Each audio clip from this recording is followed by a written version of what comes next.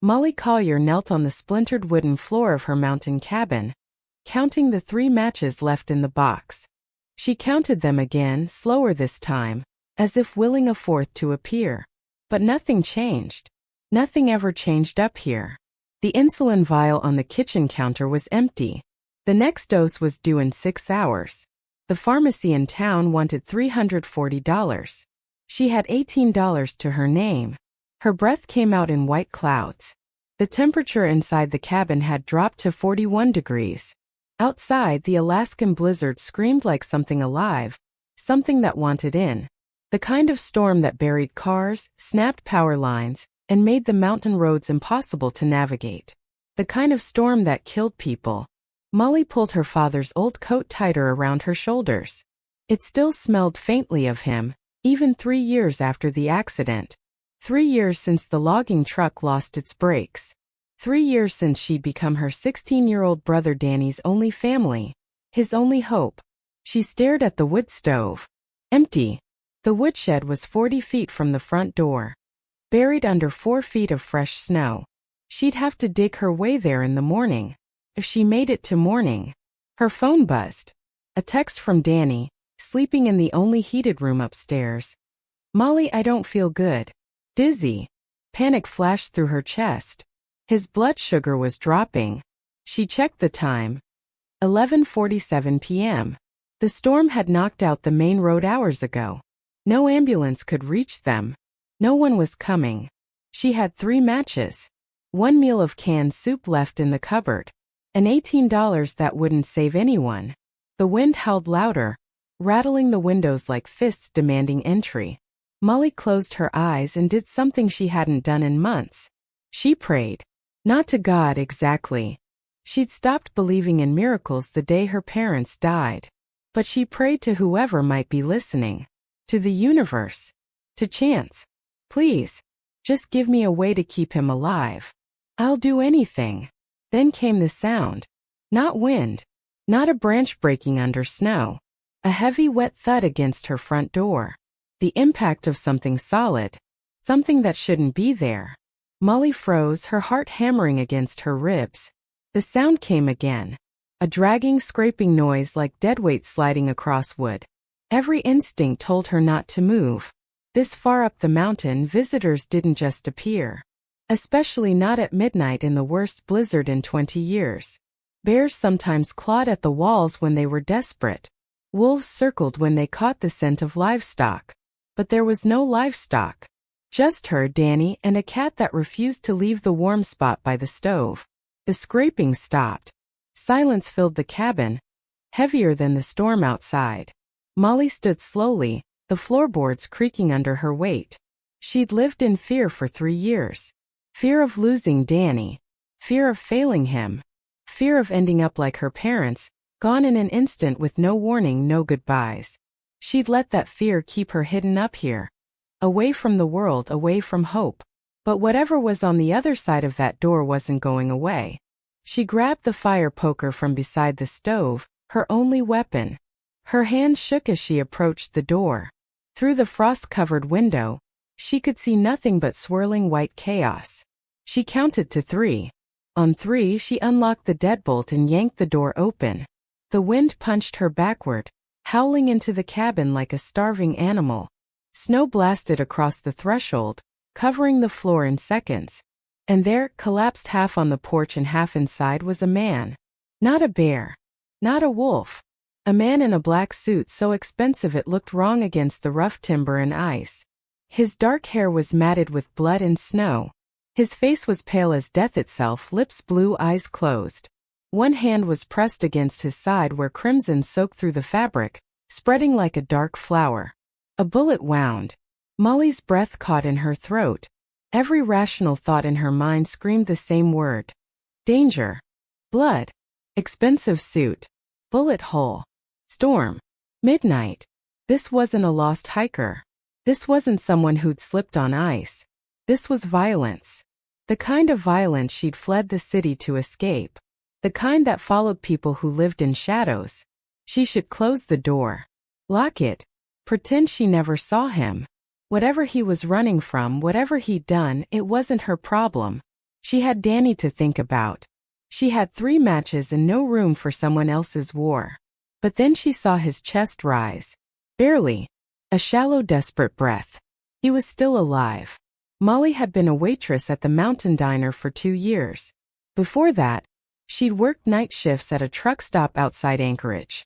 She'd served coffee to long-haul drivers, cleaned up after drunk fishermen, and learned to spot trouble before it spotted her.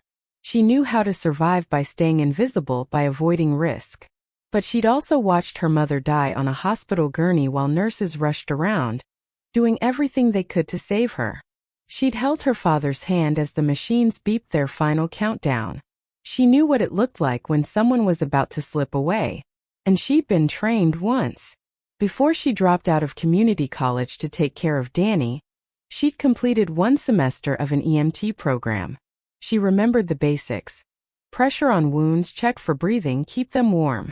She looked down at the stranger bleeding on her threshold. At the storm that would bury him in minutes if she left him outside. At the cat that had wandered over, curious, sniffing at the blood. Every cell in her body screamed, "This is not your problem. Close the door." But Molly had spent 3 years running from life, hiding on this mountain, letting fear make every decision. And fear had brought her exactly here. Alone, broke, desperate, with 3 matches and a dying brother upstairs. Maybe it was exhaustion. Maybe it was desperation. Maybe she'd finally broken under the weight of trying to survive on her own. Or maybe somewhere deep inside she was still the girl who believed that doing the right thing mattered, even when it was dangerous. Molly dropped the fire poker. She grabbed the man under his arms and pulled. He was heavy, dead weight, and warm blood soaked into her sleeves as she dragged him across the threshold. She kicked the door shut with her foot, cutting off the wind's scream. The cabin fell silent except for the stranger's ragged breathing and the crackling of embers in the stove. Molly stared down at what she'd just brought into her home. At the man who might be a criminal, a killer, a monster, or just someone who needed help. She knelt beside him, pressed her shaking hands against the wound, and made a choice she couldn't take back. If this story touched your heart, please support it and share it with anyone who needs to hear it. Don't forget to subscribe so you won't miss the next chapter of Molly and Sean's journey. Before we get deep into the story, please let me know in the comments where you're watching from. Hit subscribe if you're hooked in and ready to enjoy this story. Because tomorrow, I have another beautiful story to share with you and I don't want you to miss it for anything. Now let's get into story. The cabin had been built by Molly's grandfather in 1987, back when optimism still existed in the Collier family. Back when someone believed a life could be carved out of these mountains, far from the noise and demands of civilization. Now, 40 years later, that optimism had rotted into the floorboards along with everything else. Molly stood at the kitchen window watching snow bury the world. The glass was so cold it burned her fingertips. Below, the town of Coldwater was nothing but a handful of distant lights. Amber dots swallowed by white. 8 miles down a road that hadn't been plowed in 3 days. 8 miles might as well be 800. The thermometer nailed to the porch beam read 14 degrees. That was outside. Inside it was maybe 45 and dropping. The wood stove in the corner was down to its last embers, glowing like dying stars. She burned the broken chair yesterday, the bookshelf the day before. Soon she'd be burning floorboards. Danny's voice drifted down from upstairs, weak and thin. "Molly? Can you bring water?" "Coming," she called back, filling a chipped mug from the tap. The pipes groaned, threatening to freeze solid. Another problem she couldn't afford to fix. She climbed the narrow stairs, each step creaking a protest. Danny was curled under every blanket they owned, his face flushed with fever that had nothing to do with warmth. At 16, he should have been worrying about basketball tryouts and girls. Instead, he was rationing insulin and pretending he wasn't scared. "How do you feel?" She helped him sit up, held the mug to his lips. "Fine," he lied. The same lie he'd told for 3 years, ever since the accident. The same lie that was killing him slowly, one skip dose at a time. Molly checked his glucose monitor. The number made her stomach drop. 62. Too low. Dangerously low. She needed to get him something with sugar, But the kitchen was empty except for 1 can of soup and half a sleeve of stale crackers. "I'm going to the pharmacy tomorrow," she said, smoothing his damp hair back. "Get your refill." "We don't have the money." "I'll figure it out." "You always say that." Danny's eyes met hers, too old for his age, heavy with knowledge no kid should carry. "What happens when you can't figure it out anymore?" Molly forced a smile that felt like broken glass. "Then I'll figure out something else. That's what we do. We survive." But the truth was colder than the storm outside. She'd been to 3 different pharmacies begging for payment plans for discounts for Mercy. They'd all said the same thing. Cash up front or no medicine. The clinic in town had shut down last year. The nearest hospital was 60 miles away in Fairbanks. They'd already sent 2 collection notices. She was out of options. Out of things to sell. Out of miracles. Downstairs, the wind screamed louder, rattling the windows like something desperate to get in. The lights flickered once, twice, then held. The power company had threatened to disconnect them next week. Add it to the list of threats, of deadlines, of disasters waiting to happen. Molly sat on the edge of Danny's bed until his breathing evened out into sleep. Then she went back downstairs to the cold, to the dying fire, to the math that never added up no matter how many times she ran the numbers. The mountain had become their prison, beautiful and brutal and utterly unforgiving. And tonight, with 3 matches left and a storm that wouldn't quit, Molly wondered if they'd ever make it off alive. The blood was the first thing Molly really registered. Not the expensive fabric of his suit, not the sharp angles of his face, but the blood seeping into her floorboards, dark and relentless. It pooled around her knees as she pressed her hands against the wound in his side, feeling the heat of it against her frozen fingers. He was unconscious, barely breathing. His pulse was thready and weak under her fingertips when she checked his neck. She dragged a dying man into her home, and now he was bleeding out on her floor while Danny slept upstairs, unaware that everything had just changed. Molly's hands shook as she grabbed the dish towels from the kitchen, pressing them hard against the wound. The white fabric bloomed red instantly. She needed to stop the bleeding, but the bullet was still inside. She could feel the torn flesh, the damage that went deeper than she could reach with her limited knowledge. This wasn't a skin knee. This wasn't something she could fix with band-aids and hope. The man's eyes snapped open without warning. Dark eyes, sharp as obsidian, focusing on her with an intensity that made her recoil. For a moment, neither of them moved. Then his hand shot out, gripping her wrist with surprising strength for someone half dead. His voice came out rough, barely a whisper. "Who are you?" "Molly. You're in my cabin." "You were." She swallowed hard. "You were bleeding on my porch." His gaze swept the room, taking in the shabby furniture, the dying fire, the poverty written into every corner. Then back to her face, searching for something. Threat. Deception. She didn't know. "Anyone else here?" "My brother. Stairs. He's sick." The words tumbled out before she could stop them, before she could remember that you don't tell dangerous strangers about your vulnerabilities. His grip on her wrist loosened, then fell away. "A smart girl would have left me outside." "Probably." Molly grabbed fresh towels, pressed harder. "But I stopped being smart about 3 years ago."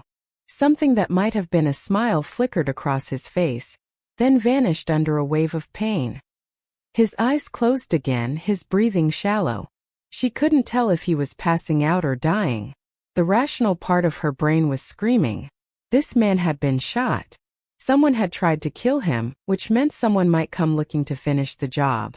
And she just invited that violence through her door, into the one place that was supposed to be safe.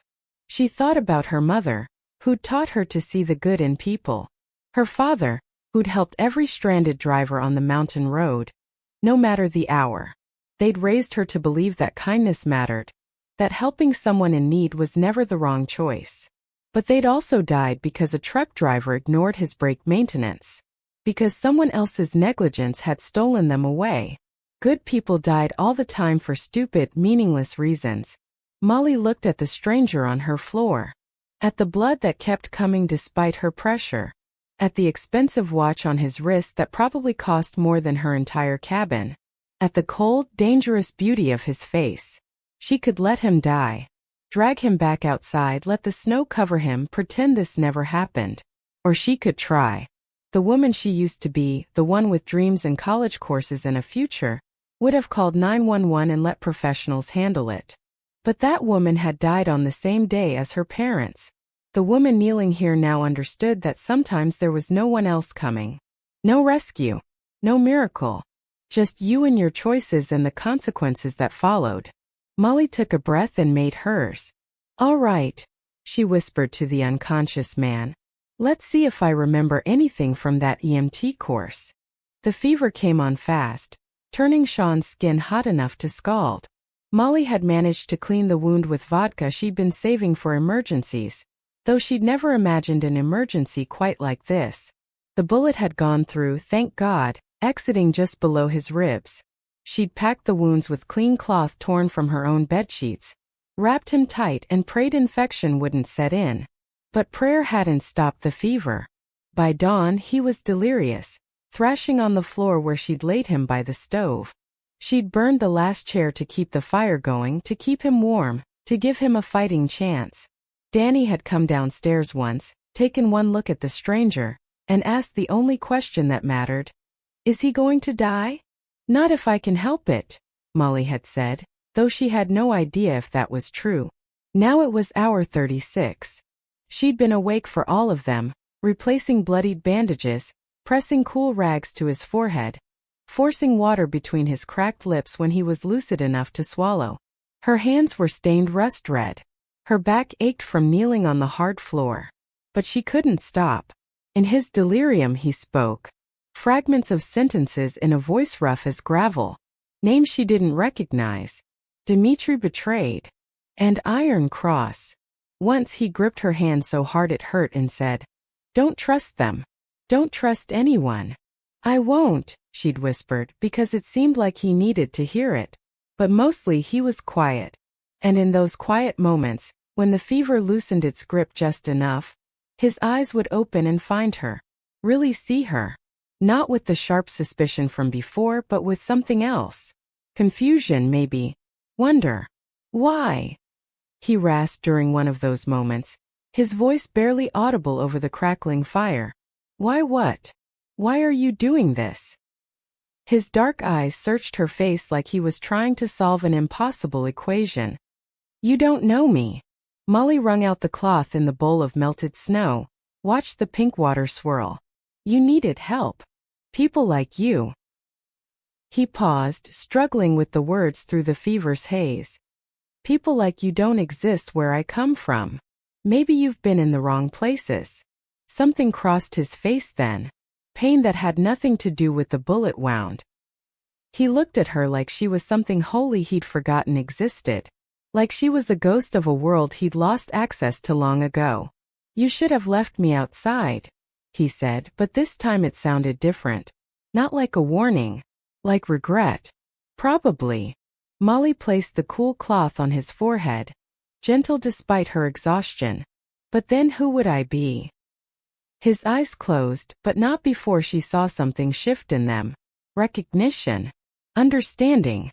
Like he'd just learned something fundamental about the universe, and it hurt. The fever broke on the third day. Molly woke from a brief, dreamless sleep, slumped against the wall to find him watching her. Really watching her. Alert now. Aware. The dangerous intelligence was back in his eyes, but something else lingered too. Something softer that didn't quite fit with the sharp angles of his face and the violence written into his expensive, ruined suit. "Thank you," he said quietly. 2 words that sounded like they cost him everything. Molly met his gaze and saw it clearly for the first time. This man was dangerous.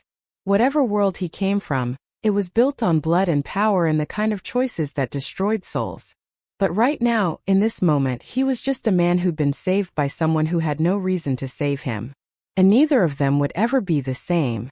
Sean Baxter had built an empire on reading people. Knowing their angles, their lies, their price. In his world, everyone wanted something. Everyone had a hidden agenda. Everyone could be bought, broken, or buried. But this girl kneeling by the stove, stirring watery soup in a dented pot, made no sense. He'd been awake for an hour, pretending to sleep while he assessed the situation. The cabin was falling apart. The furniture was half burned for firewood. There was a collection notice on the counter with numbers that would make most people panic. And upstairs he'd heard the kid coughing, that wet, sick sound that meant medication and money neither of them had. Molly Collier was drowning, and she'd pulled him from her doorstep anyway. Sean shifted slightly, testing his injury. The pain was manageable, which meant she'd done a decent job patching him up. Better than decent, actually. She'd probably saved his life with nothing but vodka and bedsheets. "You're awake," she said without turning around. "You need water?" "I'm fine." He pushed himself up to sitting, biting back a groan. The movement pulled at his stitches, but he'd survived worse. "Where's my phone?" "Your soup pocket. I dried it by the fire." She ladled soup into a bowl, brought it to him. "It's just canned soup. It's all I have." Sean took the bowl, watched her settle back against the wall, her own hands empty. She was giving him her food. The realization twisted something in his chest he'd thought had atrophied years ago. "You're not eating?" "Already did." Another lie. He'd heard her stomach growl from across the room. He ate in silence, studying her. Mid-20s, maybe. Pretty in that tired, worn-down way of people who'd stopped looking in mirrors. Her hands were cracked from the cold and work. Her clothes were threadbare. But her eyes were clear, direct, unafraid. She had no idea who she'd saved. After she went upstairs to check on her brother, Sean pulled the satellite phone from his pocket. The screen flickered to life, encrypted messages flooding in. 47 missed calls. Dimitri's betrayal had been thorough, but not complete. Sean still had people. People who owed him. People who feared him more than they feared whoever had paid Dimitri to put a bullet in him. He opened a secure line and typed quickly. Wire transfer. $50,000 to Molly Collier, Coldwater, Alaska. Untraceable. Make it look like an inheritance or grant. Do it now. Then another message. Alaska Regional Hospital, Fairbanks.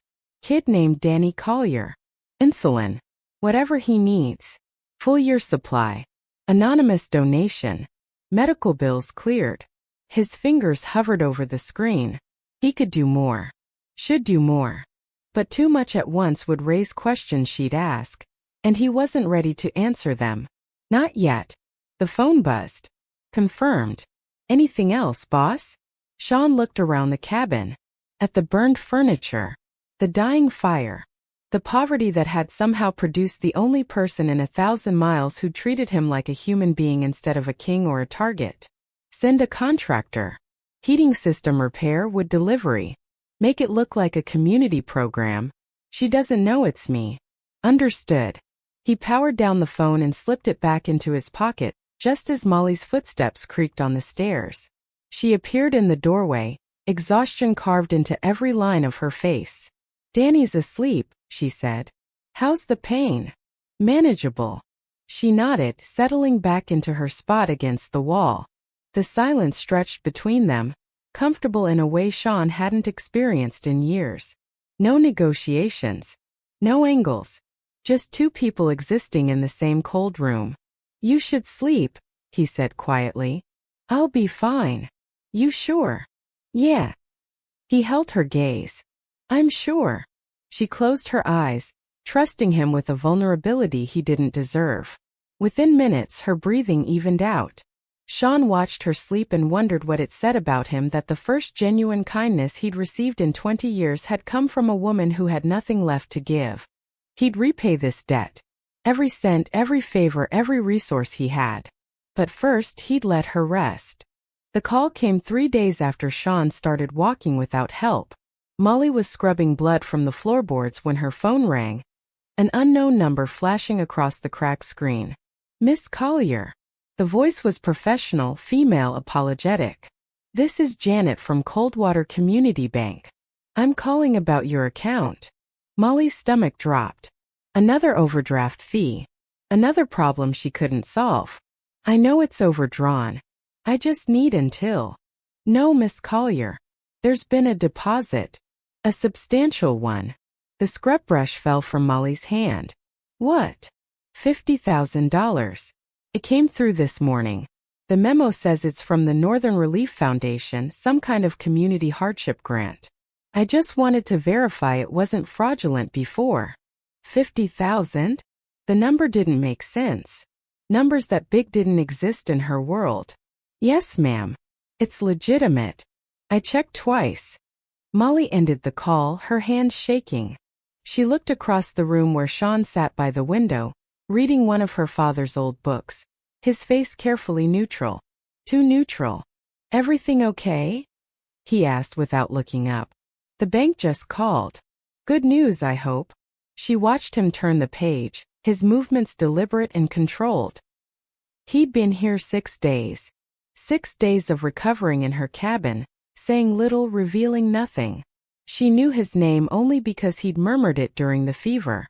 She knew he'd been shot, obviously. But everything else was a mystery wrapped in expensive fabric and dangerous silence. There's money in my account, she said slowly. A lot of money. From a foundation I've never heard of. Sounds like luck. He still hadn't looked at her. Maybe someone's watching out for you. I don't believe in luck. Then maybe you earned it. The next day the pharmacy called. Danny's insulin prescription had been filled, paid in full, with a year's supply authorized through some charitable program nobody at the counter could quite explain. The medical bills from Fairbanks had been settled by an anonymous donor. The eviction notice disappeared, replaced by a payment confirmation. And 2 days after that, a contractor showed up unannounced, saying the cabin had been selected for emergency heating, repair through a state winterization program Molly had never applied for. She stood on the porch watching the man install a new furnace, while snow fell soft and steady. Inside she could hear Sean moving around, his footsteps stronger now. Almost normal. Like he'd never been half dead on her floor. When the contractor left, she went back inside and found Sean at the kitchen table, drinking tea she'd made from the last bag in the cupboard. He looked up, met her eyes, and for a moment neither of them spoke. You're not a traveler, Molly said quietly. Are you? No. And you're not just some guy who got lost in a storm. No. She pulled out the chair across from him, sat down. Her heart was hammering but her voice stayed steady. So what are you? Sean set down the mug, his dark eyes unreadable. Someone who pays his debts. This isn't a debt. This is. She gestured helplessly. You've paid for everything. The medicine, the bills, the heat. How did you even know about all of it? I pay attention. That's not an answer. It's the only one I can give right now. Molly leaned back, studying him. The expensive watch he still wore. The way he carried himself despite the injury, like someone used to command. The satellite phone she'd seen him hide whenever she entered a room. All the pieces were there, she just couldn't make them fit into anything that made sense. Are you dangerous? She asked. The question hung in the cold air between them. Sean held her gaze, and something shifted in his expression. Honesty, maybe. Or resignation. Yes. To me? To Danny? No. The word came out hard, definitive. Never to you. Then to who? To people who deserve it. He stood, wincing slightly as the movement pulled at his healing wound. You saved my life, Molly. Everything I've done is just trying to even the scales. You can't buy your way out of this. It doesn't work like that. Then how does it work? She didn't have an answer. In her world, kindness was its own reward. You helped people because it was right, not because you expected payment. But his world was clearly different. Built on debts and balances and transactions she couldn't begin to understand. I don't know, she admitted. But I know this feels wrong. Would you rather I'd done nothing? Let your brother go without medicine? Let you freeze? I'd rather you tell me the truth. Sean moved to the window, staring out at the falling snow. When he spoke again, his voice was quieter, weighted with something that sounded almost like regret. The truth would scare you. I'm already scared. He turned back to face her, And in his eyes she saw the same thing she'd glimpsed during the fever. Recognition. Understanding.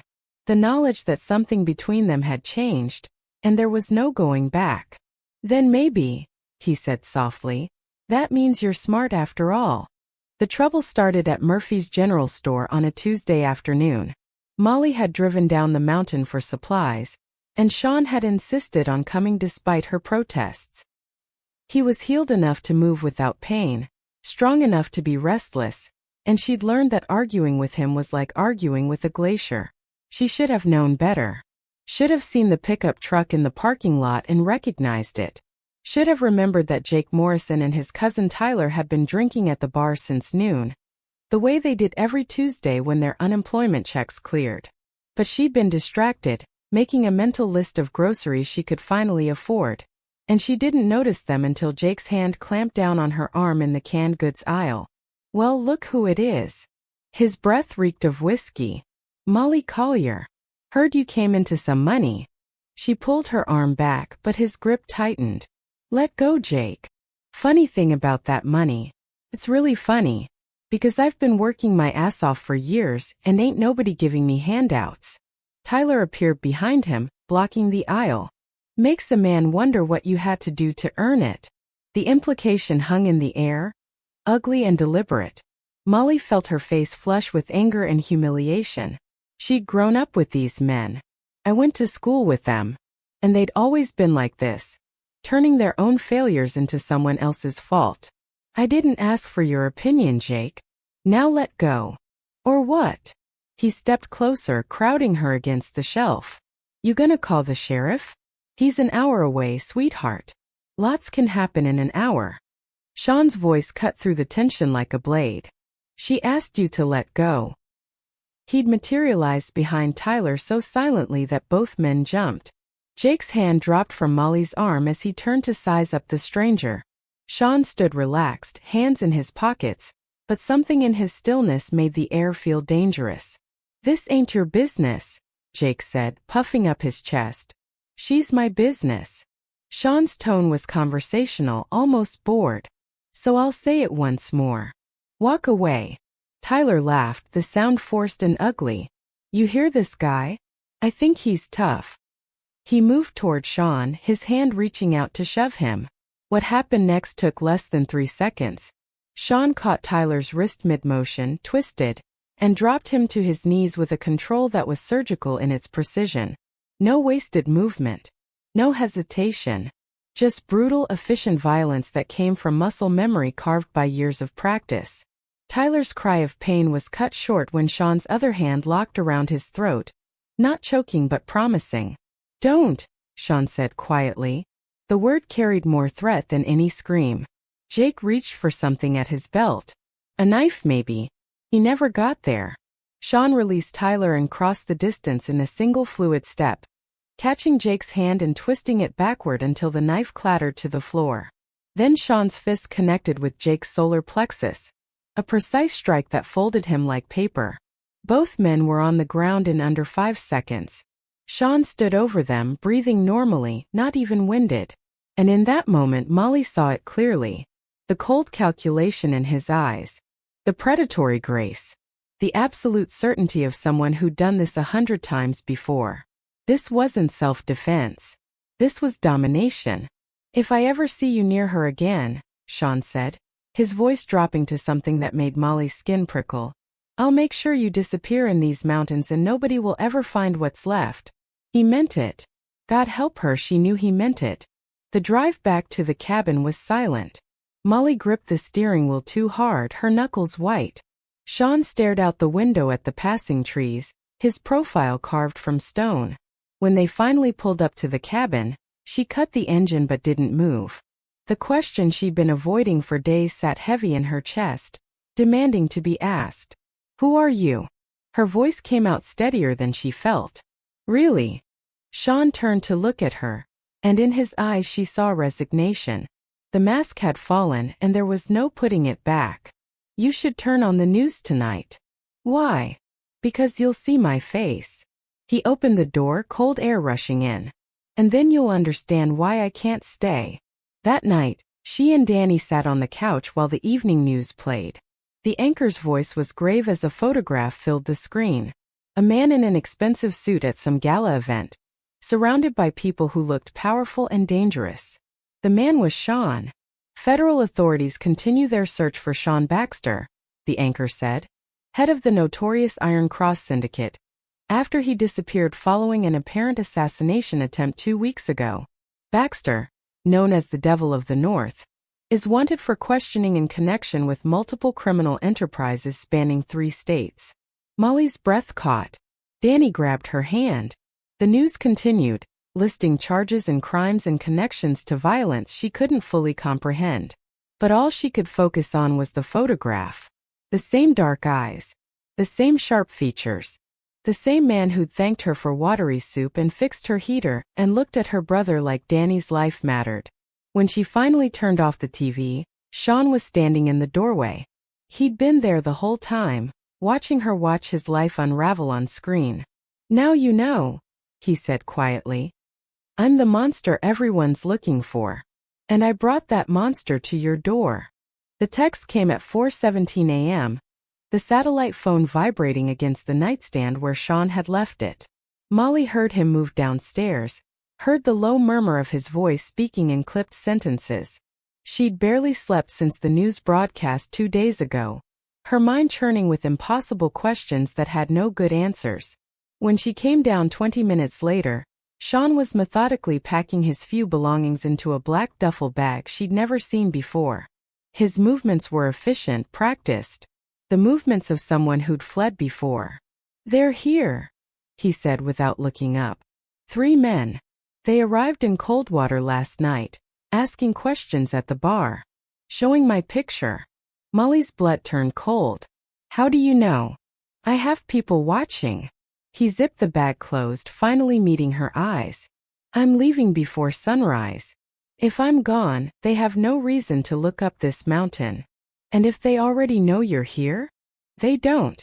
I've been careful." But something in his voice wavered just slightly. Doubt maybe. Or fear. Danny appeared in the doorway, his hair sticking up, eyes still heavy with sleep. "What's happening?" "Sean's leaving," Molly said, the words tasting like ash. "Because of the men looking for him?" Sean's jaw tightened. The kid was too smart for his own good. "Yeah. Because of them." "So what happens when they don't find you in town?" Danny crossed his arms, looking far older than 16. "You think they'll just leave? Or will they start checking cabins? Start asking who's been hiding strangers?" The question hung in the air like a guillotine blade. Sean's hand tightened on the duffel strap. He'd already thought of this, Molly realized. He'd run the scenarios, calculated the risks, and come to the same conclusion Danny had reached in 30 seconds. Running might not save them. It might just delay the inevitable. "I'll lead them away," Sean said finally. "Make them chase me south toward Fairbanks. By the time they realize I'm not there, I'll be long gone." "And if they split up?" Molly heard her own voice, steadier than she felt. "If one stays here to watch just in case?" Sean set down the bag. His hands opened and closed at his sides, the only visible sign of the war raging behind his careful expression. "Then I've killed you both by staying too long. This is my fault. All of it. You didn't ask to be shot." "No, but I brought my war to your doorstep. To your brother." He moved to the window, staring out at the pre-dawn darkness. "In my world, the people I care about become targets. It's not a matter of if, it's when. And I care about—" He stopped, the words dying unfinished. Molly felt something crack open in her chest. She'd spent 2 weeks nursing this man back to health, watching him move through her small life like a shadow made solid. She'd seen his violence and his gentleness, his power and his strange, wounded gratitude. And somewhere in those 14 days something had shifted. Something she couldn't name and couldn't afford to feel. "Say it," she whispered. Sean turned from the window. In the dim light, his face looked carved from marble, beautiful and terrible. "I care about you. Both of you. Which is exactly why I need to leave." "What if I don't want you to?" "Molly. What if staying and fighting is safer than running, and hoping they don't come anyway. The satellite phone buzzed again. Sean glanced at the screen, and his expression went cold as Arctic ice. He read the message twice, then looked up at Molly with eyes that had gone from conflicted to absolutely certain. "They found the cabin," he said quietly. "They're coming up the mountain. We have maybe an hour." Danny sucked in a breath. Molly felt the world tilt sideways, reality reshaping itself into something sharp and immediate. No more theoretical danger. No more maybes. Sean crossed the room in 3 strides, gripping her shoulders. "Listen to me. There's a root cellar under the kitchen. Take Danny and hide there. Lock it from inside. No matter what you hear, don't come out until I come for you." "What are you going to do?" His smile was terrible, all teeth and ancient violence. "What I do best." He released her, moving toward the duffel bag and pulling out something that made her stomach drop. A gun. Then another. Then knives that looked military-grade and brutal. "Sean, they're coming for a king," he said, checking the magazines with practiced ease. "Let's give them the devil instead." Outside, the first gray light of dawn touched the mountain peaks. And somewhere in that growing light, 3 men were climbing toward the cabin, hunting for blood.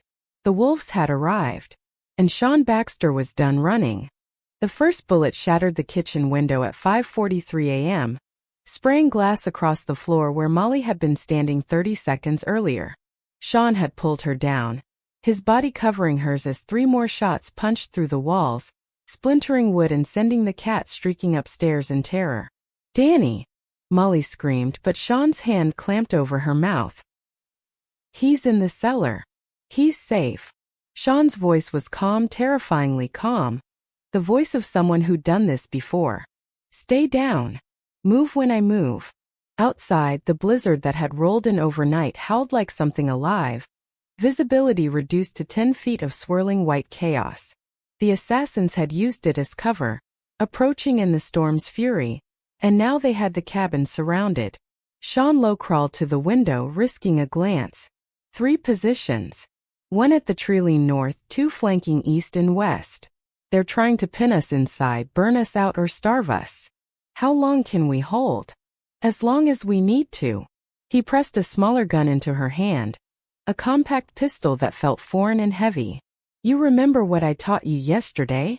She nodded. After the news broadcast, Sean had insisted on basic instruction. Molly had protested, said she'd never shoot anyone, and he'd looked at her with those dark, serious eyes and said, "You will if they're coming for Danny." He'd been right. Another volley of shots tore through the cabin, systematic and patient. They were testing defenses, finding weak points. Sean returned fire through the broken window, 2 precise shots that sent the northern shooter diving for cover. "They're professionals," he said, reloading. "Dimitri's men. They won't rush, won't make mistakes. We need to change the terrain."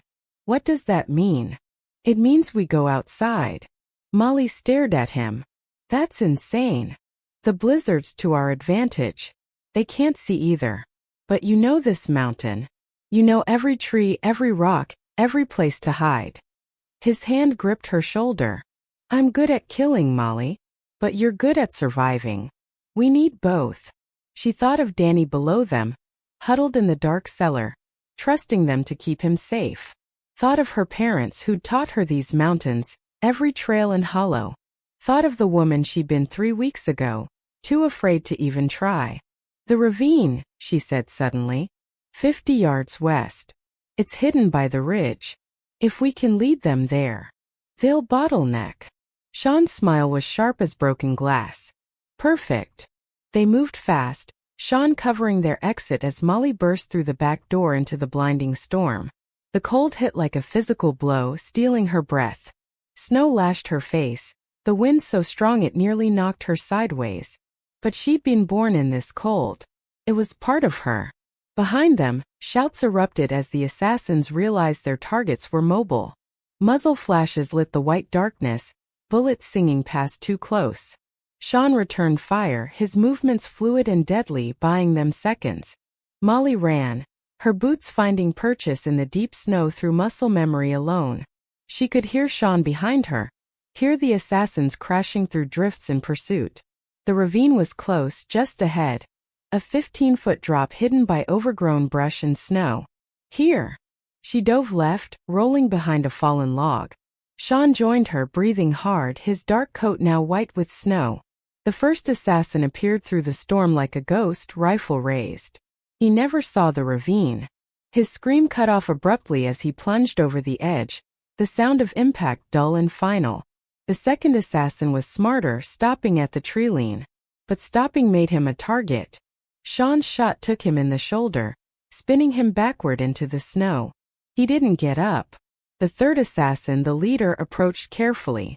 Molly could see him now, a tall man with cold eyes scanning the terrain. He knew they were close, knew he was walking into a trap.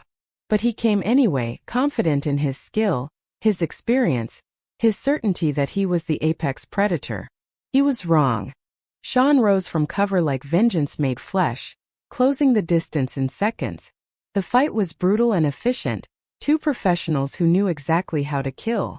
But Sean had something the assassin didn't. Something that made him faster, stronger, more desperate. He had something to lose.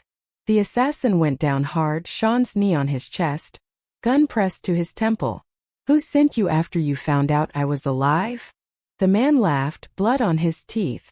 "Dimitri's dead. This was personal. For what you did to my brother in Chicago." "I don't remember your brother." "That's the problem."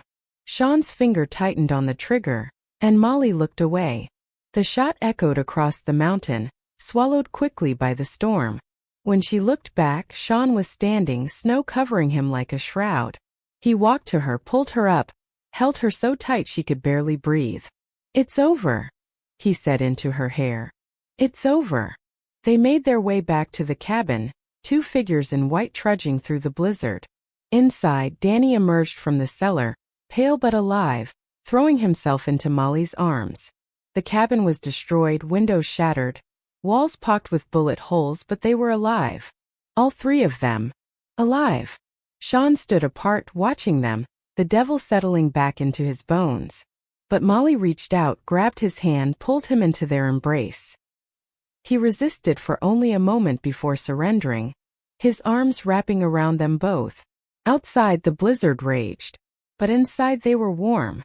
Spring came late to the mountain, but when it finally arrived, it brought the kind of warmth that felt like forgiveness. Molly stood on the newly rebuilt porch, watching Danny throw a ball for the dog they'd adopted last month, a scraggly mutt who'd shown up half-starved and decided to stay. She understood the feeling. Inside, she could hear Sean on the phone, his voice low and measured. He'd been making calls for 3 weeks now, methodically dismantling the empire he'd spent 20 years building, selling off territory, transferring assets to legitimate businesses, cutting ties with people whose names she'd never known and didn't want to. The devil of the North was dying by degrees, and in his place, a man named Sean Baxter was learning how to live. The federal investigation had gone cold after the bodies were found in the snow. 3 assassins, all with extensive criminal records, all killed in what the authorities ruled as self-defense. Sean's connections had ensured the story was accepted without too many questions. His death had been faked, documented, and sealed. The man the world was looking for no longer existed. Molly heard his footsteps behind her, felt his presence before his arms wrapped around her waist. She leaned back against his chest, solid and warm and real. "That was the last one," he said quietly. "It's done. All of it. All of it." He pressed his lips to her temple. "I kept enough to make sure we're comfortable. The rest is gone. Distributed. Legitimate. Clean." She turned in his arms to face him. The sharp edges that had defined him when he'd collapsed on her porch had softened. He smiled more now, laughed at Danny's terrible jokes, helped her cook dinner without checking his phone every 30 seconds. But the darkness was still there, lurking behind his eyes. She suspected it always would be. "Any regrets?" she asked. He considered the question seriously, the way he considered everything. "I regret the people I hurt. The choices I made that led me to become someone worth killing." His hand came up to cup her face. But I can't regret the bullet that brought me here. That brought me to you. That's a terrible thing to say. I'm a terrible man trying to be better. You're not terrible. She kissed him softly. Terrible men don't rebuild porches, or teach 16-year-olds how to change oil, or wake up at 2 a.m. because they heard me crying and thought I might need tea. The bar is remarkably low. Maybe, but you keep clearing it anyway. Danny's laughter carried across the clearing, pure and uncomplicated. His diabetes was managed now. His future no longer a countdown to tragedy. He'd been accepted to college in Fairbanks for the fall, full scholarship, his whole life stretching out ahead of him like an open road. Sean had done that. Had taken the wreckage of Molly's desperation and transformed it into possibility. I got a job offer, Molly said, pulling an envelope from her pocket. The new clinic in town. Head nurse. Good pay, benefits, the whole thing. That's incredible. Sean's smile was genuine, reaching his eyes. Are you going to take it? I don't know. It means leaving the cabin sometimes. Trusting that the world down there won't fall apart without me watching every second. The world's going to be fine. And so are we. He took her hand, threaded his fingers through hers. We survived a blizzard, 3 assassins, and my terrible cooking. A nursing job seems manageable. She laughed despite herself. His cooking really was terrible. They stood together as the sun climbed higher, burning off the last of the morning mist. The cabin behind them was warm now, properly insulated and heated. The woodshed was full. The refrigerator was stocked. And for the first time in 3 years, Molly wasn't counting matches or dollars or days until disaster. She was just living. With a man who'd been the devil and chosen to be something else. With a brother who had a future. With a dog who decided they were worth staying for. What do we do now? She asked. Sean pulled her closer, his chin resting on top of her head. We live, Molly. We just live. No running. No hiding. No looking over our shoulders. Sounds boring. Sounds perfect. And as Danny called them over to see something the dog had found, as the mountain stood silent witness to their small, ordinary joy, Molly realized that this was the miracle she'd prayed for that frozen night. Not money or medicine or rescue. Just this. Just warmth.